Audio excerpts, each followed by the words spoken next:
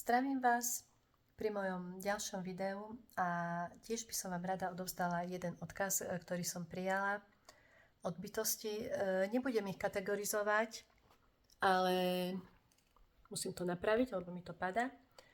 Ale budem ich nazývať jednoducho bytosti svetla, pretože pochádzajú zo svetla, krásne žiaria. Takže nazvem ich bytosti svetla. Áno, patria tam bytosti z Plejad, Líry a tak ďalej. No. Takže budem to čítať, tak ako som čítala aj posolstvo z komety. Prinášame odkaz pre ľudí. Ľudia, pripravte sa, nakoľko mnohí nezmenili svoje myslenie, neotvorili srdcia láske, ale naopak prepadli mamonu, temným praktikám, využívajú temné praktiky, faloš, závisť a neprajnosť a nenávisť sú im každodenným chlebom. To je veľmi smutné toto. Musíte byť pripravení, že samotná Zem sa od týchto negatívnych a ťažkých energií musí očisťovať. My už nemôžeme ďalej dopustiť, aby Zem padla do nižších vrstiev, do tých temných vrstiev a tak stiahla so sebou ďalšie planéty.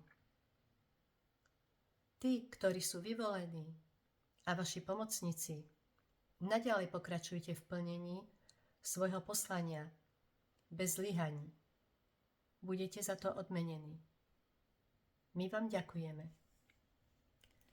A ja ďakujem v mene všetkých, ktorí sú duchovne prebudení za tieto posolstvá, pretože tie posolstvá sú takým pre mňa hnacím motorom. Neviem, ako to vnímate vy, ale ja to vnímam ako dar z hora. Aby sme vedeli, ako ďalej máme konať, aby sme nezišli zo svojej cesty. Niekedy, keď tak človek je na dne a pýta sa, prečo ja a tak ďalej, no prečo? A keď príde potom takýto impuls, že proste robíš dobrú vec, aj napriek tomu, že si dehonestovaná na sociálnych sieťach, že proste ľudia, mnohí útočia schválne, ako je napísané, využívajú temné praktiky, schválne útočia proti tebe a utopili by ťa v lyžičke vody.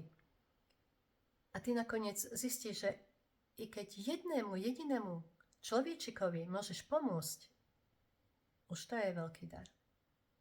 Ja som za ten dar vďačná. Veľmi, veľmi vďačná. No, posielam vám lásku a teším sa na ďalšie posolstvo alebo video.